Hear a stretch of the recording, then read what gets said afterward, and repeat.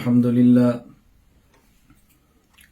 لله نحمده ونستعينه ونستغفره ونؤمن به ونتوكل عليه ونعوذ بالله من شرور أنفسنا ومن سيئات أعمالنا من يهده الله فلا مضل له ومن يضلل فلا هادي له ونشهد أن لا إله إلا الله وحده لا شريك له ونشهد أن سيدنا ومولانا محمدا عبده ورسوله أما بعد فأعوذ بالله من الشيطان الرجيم بسم الله الرحمن الرحيم قد أفلح من تزكى وقال الله تبارك وتعالى في مقام آخر فلا تزكوا أنفسكم هو أعلم بمن اتقى يا رب صل وسلم دائما أبدا على حبيبك خير الخلق كلهم هو الحبيب الذي ترجى شفاعته لكل هول من الأهوال مقتحم اللهم صل على محمد وعلى آل محمد كما صليت على إبراهيم وعلى آل إبراهيم إنك حميد مجيد اللهم بارك على محمد وعلى آل محمد كما باركت على إبراهيم وعلى آل إبراهيم إنك حميد مجيد۔ اللہ تعالیٰ نے قرآن کریم جو کہ کتاب ہدایت ہے، اس میں ایک جگہ ارشاد فرمایا قد افلح من تزکا، دوسری جگہ ارشاد فرمایا فلا تزکوا انفسکم هو اعلم بمن اتقى۔ قد افلح من تزکا کا مطلب کیا ہے اور فلا تزکوا انفسکم کا مطلب کیا ہے؟ یہ دو آیتوں کا مطلب اس لیے سمجھانا ضروری ہے کہ بظاہر یہ بات سمجھ آتی ہے کہ وہ شخص کامیاب ہوتا ہے جو اپنا تزکیہ کرے، اپنے باطن کی اصلاح کرے، اپنے عقائد، اعمال، اخلاق کو درست کرے، اپنی زندگی سنت کے مطابق بنائے، خود کو شریعت کا پابند بنائے، اللہ کے حکم اور رسول اللہ صلی اللہ علیہ وسلم کے طریقے کو سمجھے اور اس کے مطابق اپنی زندگی گزارے۔ اور فلا تزکوا انفسکم سے بظاہر یہ بات سمجھ آتی ہے، چونکہ زکا یزکی تزکیۃً، اب اس کا بظاہر معنی کیا ہے کہ تم اپنے نفسوں کا، اپنے آپ کا، اپنی ذات کا تزکیہ نہ کرو۔ تو بظاہر یوں معلوم ہوتا ہے جیسے دونوں آیتوں میں تعارض ہے، دونوں آیتوں میں ٹکراؤ ہے، حالانکہ اللہ پاک نے قرآن کریم میں ارشاد فرمایا ہے وَلَوْ كَانَ مِنْ عِنْدِ غَيْرِ اللَّهِ لَوَجَدُوا فِيهِ اخْتِلَافًا كَثِيرًا۔ قرآن کریم اللہ کی کتاب ہے، اس کے اللہ کی کتاب ہونے کی ایک دلیل یہ بھی ہے کہ اس کی آیات میں تعارض، ٹکراؤ اور اختلافات نہیں ہے۔ تو یہ تو قرآن کریم اللہ کی کتاب ہونے کی دلیل ہے کہ اس میں تعارض نہیں ہے، تو بظاہر یہ تعارض ہے۔ تو ذرا خانقاہ کا مقصد بھی سمجھیں اور خانقاہ میں آنے کا مقصد سمجھیں، کسی شیخ سے ساتھ تعلق کا مطلب سمجھیں اور پھر ان دو آیتوں کا معنی سمجھیں۔ جہاں اس وقت آپ حضرات تشریف فرما ہیں اور میں آپ سے گفتگو کر رہا ہوں، یہ ہماری خانقاہ حنفیہ ادارۃ النعمان حیدرآباد ہندوستان ہے، اور خانقاہ کو بنانے کا بنیادی مقصد یہ ہوتا ہے کہ ایک ایسی جگہ بنا دی جائے کہ جہاں کچھ وقت کے لیے کچھ لوگ آئیں اور اپنے شیخ کی صحبت میں یا اپنے شیخ کے صحبت یافتہ فرد کی صحبت میں رہ کر عام تعلقات کو ختم کر کے خالص ایک ماحول میں رہ کے اپنی تربیت پر بطور خاص توجہ دیں، اور جس جگہ کو اس کے لیے منتخب کیا جاتا ہے اس جگہ کو خانقاہ کہا جاتا ہے۔ جس طرح مدرسہ اور درسگاہ ایسی جگہ کو کہا جاتا ہے کہ جہاں بیٹھ کے لوگ علم حاصل کریں، دین حاصل کریں، علوم حاصل کریں، اسی طرح دارالفتاء ایک ایسی جگہ کو کہا جاتا ہے کہ جہاں مفتی صاحب بیٹھیں، لوگ مسائل پوچھیں اور وہ ان کو مسائل کے جوابات دیں اور پکی بات کریں۔ فتویٰ کا معنی ہوتا ہے پکی بات، کچی باتیں نہ کریں۔ کچی بات کو فتویٰ نہیں کہتے، فتویٰ کا معنی ہوتا ہے کہ پکی باتیں بتائیں، مضبوط مسائل بتائیں، مدلل باتیں بتائیں، ایسی بات بتائیں کہ جو پکی ہوں، کچی نہ ہوں۔ اسی طرح خانقاہ ایک جگہ ہے اور ایسی جگہ ہے کہ جہاں انسان کچھ وقت گزارتا ہے، اپنی تربیت پہ توجہ دیتا ہے، اپنی اصلاح کرتا ہے، اپنے اخلاق کو سنوارتا ہے اور اپنے شیخ کی صحبت میں رہ کے اللہ کا ذکر کرتا ہے، ذکر کرنا سیکھتا ہے، عبادات کو اپنا مزاج بناتا ہے۔ اس جگہ کا نام ہے خانقاہ۔ اور میری خواہش ہے اور اس پر میں کوشش بھی کر رہا ہوں، اللہ تعالیٰ قبول فرمائے کہ پوری دنیا میں ایسی جگہیں بنا دی جائیں کہ جو عقائد کو سمجھانے کے لیے درسگاہ ہوں، مسائل سمجھانے کے لیے دارالافتاء ہوں اور تربیت کے لیے خانقاہ ہوں۔ بحمد اللہ تعالیٰ انہی میں سے ایک جگہ ہماری خانقاہ حنفیہ دارۃ النعمان بھی ہے، اور میری خواہش ہے اور پوری کوشش ہے کہ ایسے حضرات صاحب علم و فضل تیار ہو جائیں جو یہاں بیٹھ کے عقائد بھی سمجھائیں اور لوگوں کو فتاویٰ بھی دیں اور آنے والوں کی تربیت بھی کریں۔ اللہ تعالیٰ اس کے لیے مجھے بھی اور آپ کو بھی اور کئی حضرات کو قبول فرمائیں تاکہ پوری دنیا میں ایسے مراکز بن جائیں۔ تو خانقاہ میں آنے کا مقصد خلوت میں کچھ وقت گزارنا ہے، تمام تعلقات کو توڑ کر ایک مخصوص جگہ پہ رہنا ہے اور وہاں رہ کر اپنی تربیت کرانی ہے۔ یہ ہے خانقاہ کا بنیادی مقصد۔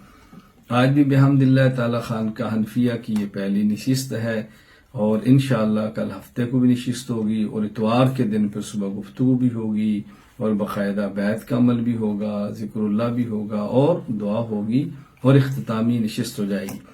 اس میں بطور خاص علماء کرام تشریف فرما ہیں جنہوں نے اس سال دورہ حدیث شریف پڑھ کے مکمل ایک عالم بنے ہیں۔ مکمل تو انسان زندگی پوری گزار کر بھی نہیں بن سکتا، جو نصاب ہے اس کے اعتبار سے مکمل ہے کہ ایک نصاب کو مکمل کر لیا ہے۔ اللہ تعالیٰ ان کے علوم میں برکت عطا فرمائے، ان کے اعمال میں برکت عطا فرمائے۔ اللہ تعالیٰ ان کو اور ان کی نسلوں کو دین کی مقبول خدمت کی توفیق عطا فرمائے۔ تو میں نے عرض کیا کہ ایک تو ہم نے سمجھنا ہے کہ ہم خانقاہ میں کیوں آئے ہیں۔ تو یہاں آنے کا مقصد چونکہ تربیت ہے، اور تربیت تب ہی ہوتی ہے کہ جب آدمی جہاں جائے وہاں کے اصول کے مطابق وقت گزارے۔ اگر وہاں کے قواعد، وہاں کے ضوابط، وہاں کی شرائط اور وہاں کے اصول مد نظر نہ رکھے تو پھر انسان کی تربیت نہیں ہوتی۔ لہٰذا میں اب تمام حضرات سے گزارش کروں گا کہ آپ نے جو کچھ وقت خانقاہ کو دیا ہے اس کو پابندی کے ساتھ آپ اصول اور ضوابط کے ساتھ وقت گزاریں۔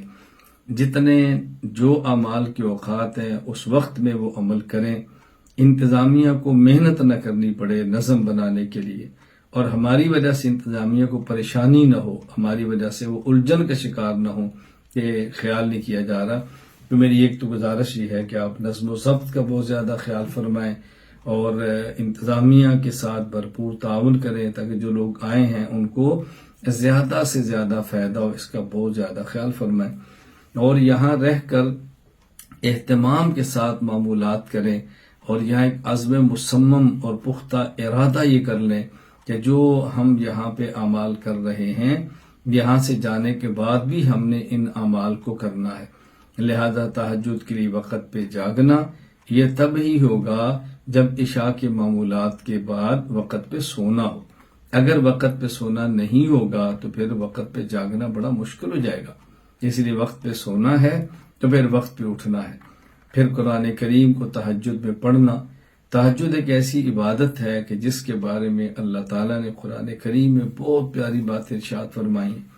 کہیں ارشاد فرمایا ہے ان ناشئۃ اللیل ہی اشد وطئا واقوم قیلا، یہ جو رات کا اٹھنا ہے اس سے انسان کی زبان سے درست باتیں نکلتی ہیں، اور جو رات کا اٹھنا ہے یہ انسان کے نفس کو کچل کے رکھتا ہے اور روند کے رکھ دیتا ہے۔ انسان کو اپنے نفس پہ کنٹرول کی عادت بنتی ہے جو پابندی کے ساتھ رات کو اٹھتا ہے، تو اس کا ہم نے خیال کرنا ہے۔ اور یہ خانقاہ کا بنیادی مقصد ہے قد افلح من تزکا۔ اللہ تعالیٰ نے واضح طور پر ارشاد فرمایا کہ یقیناً وہی انسان کامیاب ہوگا جو اپنے آپ کو صاف کر لیتا ہے، اپنے آپ کو ستھرا کر لیتا ہے۔ دیکھیں نا، یہ تزکا، یہ زکاتن سے بنا ہے۔ جس طرح کوئی شخص صاحب مال ہو اور وہ اپنے مال کے ایسے کچھ مال 40واں حصہ ادا کر دے، جس کو زکوٰۃ کہتے ہیں، تو پھر انسان کا بقیہ مال پاک ہو جاتا ہے۔ تو مال کو پاک رکھنے کے لیے ضروری ہے کہ اس مال میں سے جو اللہ تعالیٰ نے حصہ فقراء کا، یتامہ کا، مساکین کا، مستحقین کا رکھا ہے، وہ مال میں سے وہ حصہ نکال دیا جائے، تو پھر بقیہ مال پاک ہو جائے گا۔ تو زکوٰۃ کا معنی ہوتا ہے پاک ہو جانا۔ جس طرح اگر کوئی مٹی ہو، زمین ہو، فرش ہو، اور وہاں اگر کوئی بول اور پیشاب کر دے تو وہ کیسے پاک ہوگی؟ کہتے ہیں زکوٰۃ الارض یبسھا، وہ زمین جب تک کہ اس کو پیشاب لگا ہوا ہے، گیلی ہے، وہ ناپاک ہے۔ جب وہ خشک ہو گئی ہے تو وہ پاک ہو گئی ہے۔ تو اس کا خشک ہو جانا اس کا پاک ہو جانا ہے۔ اور اسی طرح مال میں سے جو حصہ اللہ نے حق رکھا ہے فقراء مساکین کا، اس کو نکال دینا مال کا پاک ہو جانا ہے۔ اسی طرح انسان کے وجود سے گندے اخلاق کا نکل جانا انسان کا پاک ہو جانا ہے، برے اعمال کا نکل جانا انسان کا پاک ہو جانا ہے۔ اب انسان کے اندر ظاہر ہے کچھ خوبیاں بھی ہیں، کچھ خامیاں بھی ہیں، لیکن خامیاں ختم کرنی ہیں اور خوبیاں برقرار رکھنی ہیں۔ انسان کے اندر گناہوں کے تقاضے بھی ہیں، ان گناہوں کے تقاضوں کو دبانا ہے اور گناہوں سے بچنا ہے، اور یہ ہمت کے ساتھ ہوگا، بغیر ہمت کے نہیں ہوتا۔ کتنے لوگ ہیں جو یہ بات کہتے ہیں میں صبح اٹھنا چاہتا ہوں مگر میں اٹھ نہیں پاتا۔ ابھی چند دن قبل میرا سعودیہ کا سفر تھا، تو مجھ سے بیعت ایک شخص تھے، تو انہوں نے کہا میں بہت کوشش کرتا ہوں لیکن صبح اٹھنا بڑا مشکل ہو جاتا ہے۔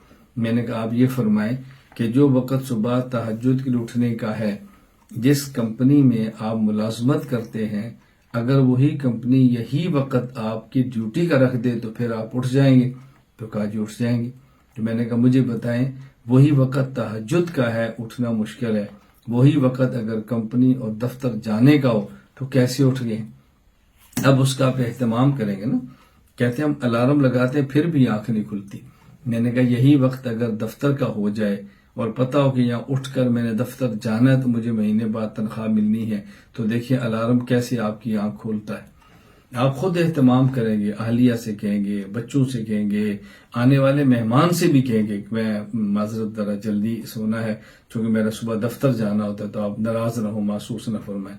تو یہی بات آپ گھر کو، بچوں کو، اہلیہ کو، آنے والے مہمان کو کیوں نہیں کہہ سکتے کہ صبح میں نے تہجد میں اٹھنا ہے؟ تو آپ محسوس نہ فرمائیں، آپ بھی آرام فرمائیں، میں بھی سوتا ہوں، صبح تہجد میں اٹھیں گے، پھر انشاءاللہ جو ہے نا وہ جو اللہ نے توفیق عطا فرمائے کھانا بھی کھائیں گے اور باتیں بھی کریں گے۔ پورا دن ہمارے پاس موجود ہے لیکن میں نے صبح اٹھنا ہے۔ تو جب یہ عزم کر لیں گے، ہمت کر لیں گے اور یقین ہوگا کہ مجھے تہجد پڑھنے سے بہت کچھ ملنا ہے، تو اٹھنا بہت آسان ہو جائے گا۔ یہی چیزیں خانقاہ میں آ کر بندے نے اپنے اندر احساسات خانقاہ میں بیدار کرنے ہیں کہ میں نے کیا کرنا ہے۔ تو میں یہی بات سمجھانا چاہتا ہوں، اللہ تعالیٰ مجھے بھی سمجھ عطا فرما دے کہ تزکیہ نفس کا جہاں پہ ہوتا ہے اس جگہ کو خانقاہ کہتے ہیں۔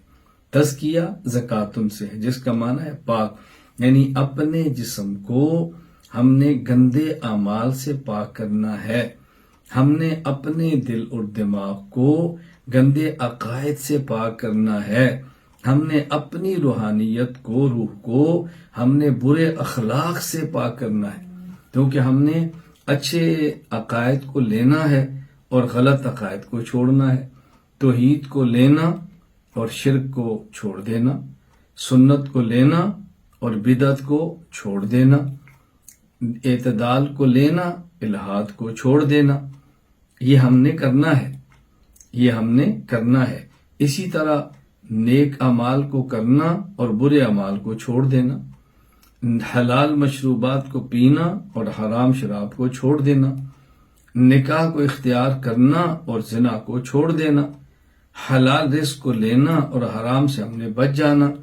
یہ خانقاہ کا کام ہے، تو یہ ہم نے سب چیزیں کرنی ہیں۔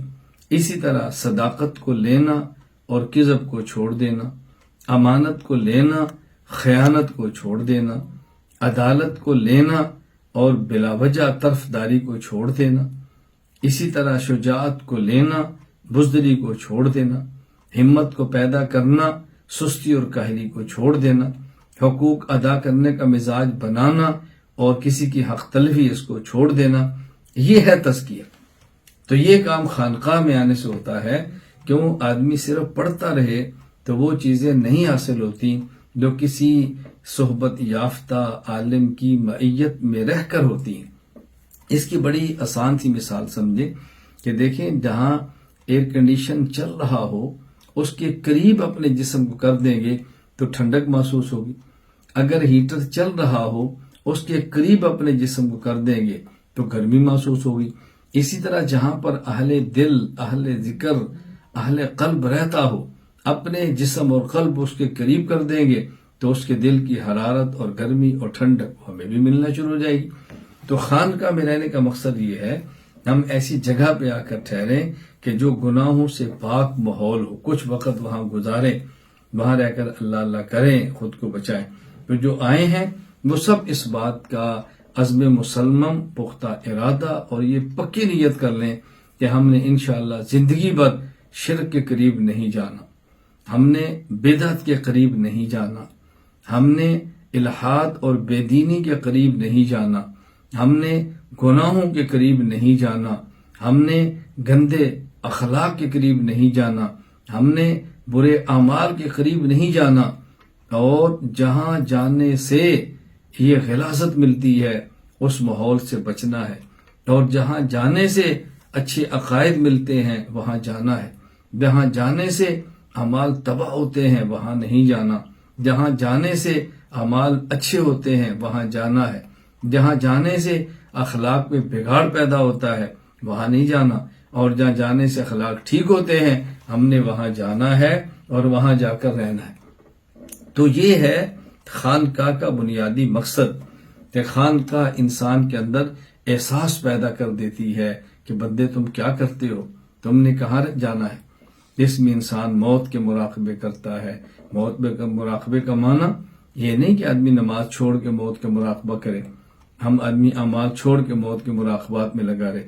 موت مراقبے کا معنی کہ انسان اس کا احساس کرے اور انسان سوچے کہ میں نے مر جانا ہے، میں نے دنیا کو چھوڑ جانا ہے، موت کے بعد میرے جسم کو مٹی نے کھا جانا ہے، اس جسم کو میں کیوں حرام خوراک دوں، میں کیوں حرام خوراک دوں، میں حلال خوراک دوں جس سے میرا اللہ راضی ہو، جس سے میرا رسول صلی اللہ علیہ وسلم راضی ہو۔ اور ہم نے یہ فیصلہ کرنا ہے، ہر حال میں ہم نے اللہ کو راضی کرنا ہے، اللہ کے رسول صلی اللہ علیہ وسلم کو راضی کرنا ہے۔ دنیا میں کون ہے جو اللہ سے بڑھ کر ہے؟ دنیا میں کون ہے جو اللہ کے رسول صلی اللہ علیہ وسلم سے بڑھ کر ہے؟ پوری کائنات ناراض ہوتی ہے تو ہو جائے، اللہ کے رسول کو ناراض نہیں کرنا، اللہ کے رسول کو خوش کرنا ہے، اللہ اور اللہ کے رسول صلی اللہ علیہ وسلم کے ساتھ اپنی زندگی کو بستہ رکھنا ہے۔ تو یہ خانقاہ کا بنیادی مقصد ہے، اسی کے لیے سالانہ اجتماع یہاں پر بھی ہوتا ہے، اور ان معمولات کو لے کر ہم نے انشاءاللہ اپنے گھروں میں جانا ہے، ان معمولات کو لے کر واپس جانا ہے، اور ان معمولات کا اپنے آپ کو عادی بنانا ہے۔ یہ ہے قد افلح من تزکا۔ جو شخص تزکیہ کر لیتا ہے وہ کامیاب ہو جاتا ہے۔ اور تزکیے سے کیا ہوتا ہے؟ جب انسان کے عقائد درست ہو گئے، اعمال صالحہ بن گئے، اخلاق حمیدہ مل گئے، یہ کہاں جائے گا؟ جنت میں۔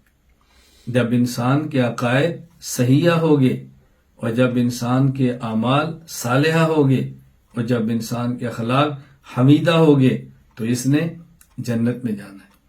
اور جب انسان عقائد فاسدہ سے بچ گیا، اعمال سیئہ سے محفوظ ہو گیا، اخلاق رذیلہ سے اس کی جان چھوٹ گئی تو اس نے جہنم سے بچ جانا ہے۔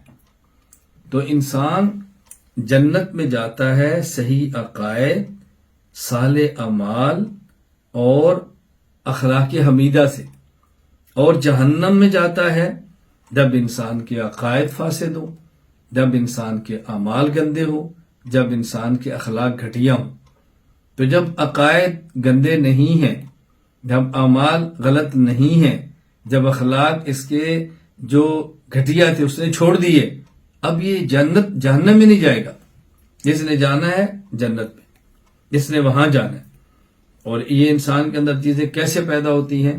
فادخلی فی عبادی وادخلی جنتی، اللہ فرماتے ہیں جو میرے بندے ہیں ان میں شامل ہو جاؤ اور پھر میری جنت میں چلے جاؤ، جہاں میرے بندے جائیں گے وہیں تم جاؤ گے۔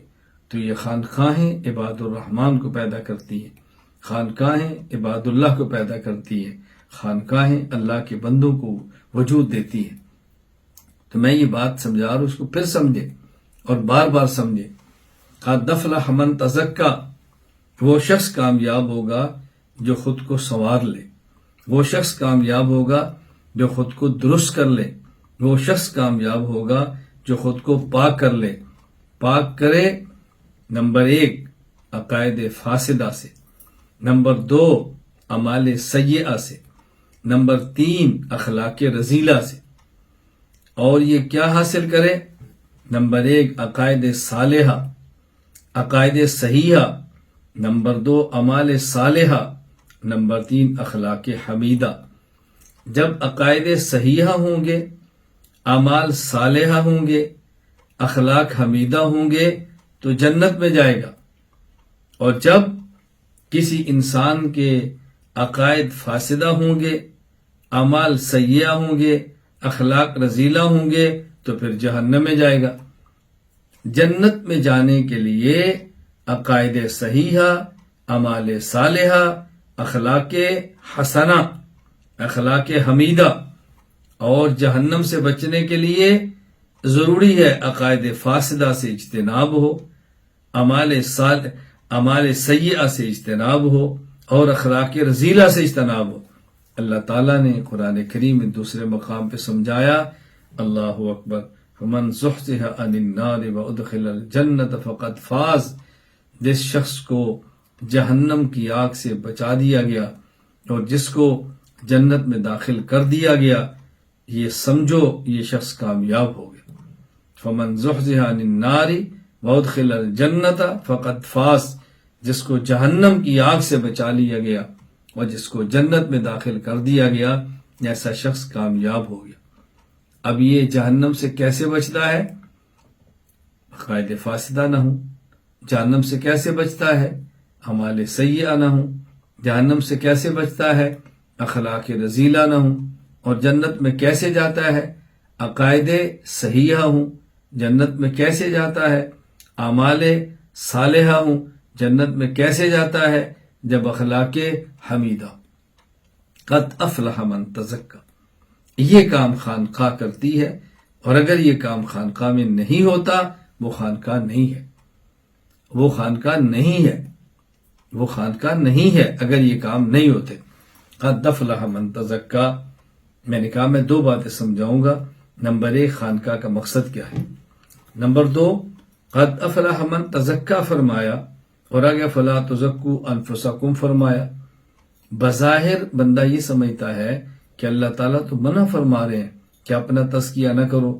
یہ بات اچھی طرح ذہن نشین فرما لیں کہ لغت عرب میں، زبان عرب میں، عربی ادب میں کبھی ایک لفظ بولا جاتا ہے، اور جو لفظ بولا جاتا ہے جو اس کا مفہوم نظر آ رہا ہوتا ہے وہی مراد ہوتا ہے۔ جس طرح بھی ہے قد افلح من تزکا، افلح کا معنی کامیاب ہو گیا، تزکا کا معنی وہ شخص جس نے اپنے آپ کو پاک کر لیا، یہی ہے۔ اور کبھی ایک لفظ بولا جاتا ہے اور جو لفظ بولا گیا ہے وہ مراد نہیں ہوتا، بلکہ اس لفظ کا ارادہ کرنا مراد ہوتا ہے۔ جس طرح قرآن کریم میں ہے، یا ایھا الذین آمنوا اذا قمتم الى الصلاۃ فاغسلوا وجوہکم وایدیکم الى المرافق، کہ جب تم نماز کے لیے کھڑے ہو تو اپنے چہرے کو دھو لو۔ فاغسلوا وجوہکم، قرآن کریم کہہ رہے ہیں جب تم نماز کے لیے کھڑے ہو تو پھر تم دھو لو اپنے چہرے کو، دھو لو اپنے ہاتھ کو، تم مسح کر لو، اور تم اپنے پاؤں کو دھو لو، مسح سر کا کرو، اپنے پاؤں کو دھو لو۔ اب قرآن کہہ رہے ہیں اذا قمتم، جب تم کھڑے ہو۔ تو جب انسان نماز کے لیے کھڑا ہوتا ہے اس وقت تو وضو نہیں کرتا نا، وضو تو پہلے کرتا ہے۔ اب یہاں لفظ بولا ہے اذا قمتم، جب تم کھڑے ہو، لیکن مراد کھڑا ہونا نہیں ہے، مراد ارادہ قیام ہے۔ یا ایھا الذین آمنوا اذا اردتم القیام الی الصلاۃ، اے ایمان والو جب تم نماز کے لیے کھڑے ہونے کا، نماز پڑھنے کا ارادہ کر لو تو پہلے وضو کر لیا کرو۔ تو یہاں قیام مراد نہیں ہے، ارادہ قیام مراد ہے۔ اسی طرح میں زیادہ آیات نہیں پڑھ رہا، بات سمجھا رہا ہوں، کبھی وہ لفظ جو نظر آ رہا ہوتا ہے وہ لفظ مراد نہیں ہوتا، بلکہ اس لفظ کا دعویٰ مراد ہوتا ہے۔ اب یہاں پر بھی یہی ہے، فلا تزکوا انفسکم، بظاہر یہ نظر آ رہا ہے کہ اللہ تعالیٰ فرما رہا ہے تم اپنے نفسوں کو پاک نہ کرو، اپنے نفسوں کا تزکیہ نہ کرو، نہ، یہاں تزکیہ نہیں، تزکیہ کا دعویٰ ہے۔ فلا تزکوا انفسکم، تم نے خود کو پاک تو کرنا ہے لیکن اپنے پاک ہونے کے دعوے نہیں کرنے۔ هو اعلم بمن اتقى، اللہ خوب جانتا ہے تم میں سے کون پاک ہے، اللہ خوب جانتا ہے تم میں سے کون بچتا ہے، تو اپنی پاکی کے دعوے نہ کیا کرو۔ اب اس پر میں ایک مثال پیش کرتا ہوں۔ حضرت یوسف علیہ السلام نبی، معصوم، پاک دامن، اللہ اکبر، آپ ماحول دیکھیں، یوسف علیہ السلام جوان، خوبصورت، دعوت دینے والی، عزیز مصر کی بیوی، نوجوان، خوبصورت، شاہی محل، کوئی دنیا کا بندہ دیکھنے والا نہیں، سارے سیکورٹی کے انتظامات اور سب کچھ گناہ کے اسباب موجود ہیں۔ حضرت یوسف علیہ السلام اس گناہ کے قریب نہیں جاتے، دوڑ رہے ہیں، جان چھڑا رہے ہیں اور گناہ سے بچ گئے ہیں، لیکن اس بچنے کے باوجود یوسف علیہ السلام کیا فرماتے ہیں؟ وما ابرئ نفسی ان النفس لامارۃ بالسوء، میں گناہ سے بچ گیا ہوں، میرے اللہ کا کرم ہے، وہی گناہ سے بچتا ہے جس کو اللہ بچا لیتا ہے۔ وما ابرئ نفسی ان النفس لامارۃ بالسوء اللہ الا من رحم ربی، فرمایا میرا رب کسی پر رحم کرے تو وہی بچتا ہے، ورنہ انسان کی فطرت میں تو گناہ کرنا ہے۔ میں اپنے آپ کو پاک دامن نہیں کہتا، میں نے یہ گناہ تو نہیں کیا، لیکن میں پاک دامنی کے دعوے نہیں کرتا کہ میں بہت نیک ہوں، یہ میرے اللہ کا کرم ہے کہ خدا مجھے اس گناہ سے بچا رہے۔ تو یوسف علیہ السلام تو معصوم ہے، نبی معصوم ہوتا ہے، اللہ نبی کو گناہوں سے بچا لیتے ہیں، سبحان اللہ۔ اور یہی بات اللہ قرآن کریم فرماتے ہیں کذالک لنصرف عنہ السوء، ہم نے یوسف سے گناہ کو دور کر دیا۔ تو فلا تزکوا انفسکم کا معنی تم نے پاک دامن ہونے کا دعویٰ نہیں کرنا، اپنے آپ کو تم نے صحیح کرنا ہے، لیکن سیوں کے دعوے نہیں کرنے کہ میں بہت نیک ہوں، میں بہت متقی ہوں، میں بہت پرہیزگار ہوں۔ تو یہ سمجھیں کہ جس طرح قد افلح من تزکا، یہ آیت خانقاہ کے مقصد کو سمجھا رہی ہے، خانقاہ کا مقصد سمجھا رہا ہے، تو فلا تزکوا انفسکم سے بھی خانقاہ کا مقصد سمجھا رہا ہے۔ خانقاہ کا مقصد خود کو پاک بنانا اور مقصد پاکی کے دعوے نہ کرنا، یہ نہیں کہ تھوڑا سا تقوی مل گیا، تہجد مل گئے، تلاوت کی اللہ نے توفیق دے دی، ذکر اللہ مل گیا تو اکڑنا شروع کریں، عجب کا شکار ہو جائیں، کبر کا شکار ہو جائیں، دوسرے سے خود کو بہتر سمجھنا شروع کر دیں، ایسا ہرگز نہیں ہے۔ اعمال کرنے کے باوجود وہ شخص جو عمل نہیں کرتا، وہ شخص جو نماز نہیں پڑھتا، اس کے بارے میں بھی یہ ذہن نہیں رکھنا کہ میں ایسے افضل ہوں، یہ ذہن رکھنا ہے کہ مدار تو خاتمے کا ہے، کہیں ایسا نہ ہو کہ اس کا خاتمہ اچھا ہو جائے اور میرا خاتمہ برا ہو جائے، پھر کیا، پھر پتہ چلے گا افضل کون ہے۔ اس کی میں ایک مثال دیتا ہوں تو بات بہت جلدی سمجھ آئے گی۔ کہتے ہیں ایک اللہ والے سے کسی نے پوچھا کہ آپ افضل ہیں یا یہ کتا افضل ہے، آپ افضل ہیں یا یہ کتا افضل ہے؟ اس اللہ والے نے کیا پیارا جواب دیا، فرمایا اگر میرا خاتمہ ایمان پر ہو گیا تو پھر میں افضل ہوں، اور اگر خدا نخواستہ میرا خاتمہ ایمان پر نہ ہوا تو پھر یہ کتا مجھ سے افضل ہے کہ یہ جہنم کی آگ میں نہیں جلے گا، اگر میں بغیر ایمان کے مر گیا تو پھر میں جہنم کی آگ میں جلوں گا۔ یہ ہے خانقاہ۔ تو خانقاہ کا مقصد نمبر 1 خود کو عقائد فاسدہ، اعمال سیئہ، اخلاق رذیلہ سے پاک کرنا ہے، لیکن پاک دامنی کے دعوے نہیں کرنے۔ عجب سے بچنا ہے، کبر سے بچنا ہے، خود پسندی سے بچنا ہے، اور یہ تبھی ہوتا ہے جب آدمی خانقاہ میں رہے، اپنے شیخ کی ہدایات پر عمل کرے اور شیخ کی صحبت میں رہے، اور صحبت اور مجلس کا فائدہ ہی ہوتا ہے کہ انسان نیک اعمال کرتے ہوئے بھی خود کو دوسروں سے افضل نہیں سمجھتا۔ اللہ تعالیٰ مجھے بھی توفیق عطا فرمائے، اللہ تعالیٰ آپ کو بھی توفیق عطا فرمائے، اس خانقاہ کو اللہ آباد اور شاد رکھے۔ جنہوں نے اس خانقاہ کو تعمیر کیا ہے اللہ ان کو بھی اجر دے، جو اس کا تعاون کرتے ہیں اللہ ان کو بھی اجر دے، جو تشریف فرما ہے اللہ آپ کو بھی اجر عطا فرمائے۔ اللہ مجھے اور آپ کو نیک بنائے، اللہ تعالی ہم سب کو اچھا بنائے، اللہ ہم سب کو اپنی رضا کی توفیق عطا فرمائے۔ اللہم انا نسألک رضاک والجنہ ونعوذ بک من سخطک والنار۔ اللہ ہم تجھ سے تیری رضا اور تیری جنت مانگتے ہیں، اے اللہ ہم تجھ سے تیری ناراضگی اور تیری جہنم سے پناہ مانگتے ہیں۔ وآخر دعوانا ان الحمد للہ رب العالمین۔